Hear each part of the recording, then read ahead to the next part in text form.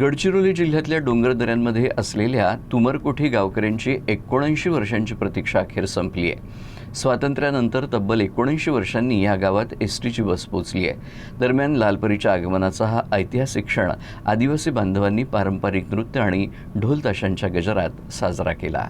नक्षल प्रभावित आणि आदिवासी बहुल म्हणून ओळखल्या जाणाऱ्या गडचिरोली जिल्ह्यातील दुर्गम भागात वाहतुकीच्या साधनांचा मोठा अभाव नेहमीच राहिलाय। मात्र हळूहळू इथं विकास साधला जातोय।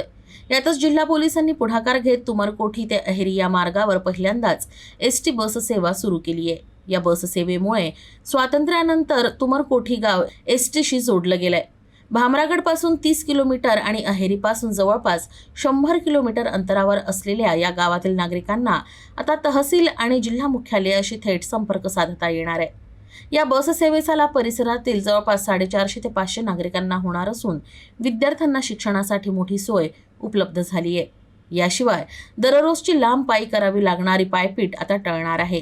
बस गावात पोहोचताच गावकऱ्यांनी पारंपरिक वाद्यांच्या गजरात नृत्य सादर करत आणि शाळेतील विद्यार्थ्यांनी हातात तिरंगा घेऊन उत्साहात या लालपरीचं स्वागत केलं।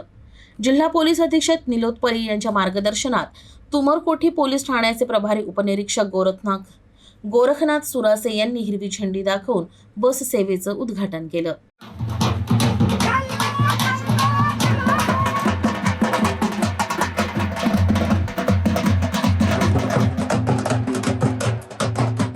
गडचिरोली पोलिसांच्या पुढाकारातून जिल्ह्यात विविध ठिकाणी मोबाईल टॉवर्स, रस्ते, पूल उभारण्यात आले असून दुर्गम भागापर्यंत विकासाची नवी वाट खुली होते।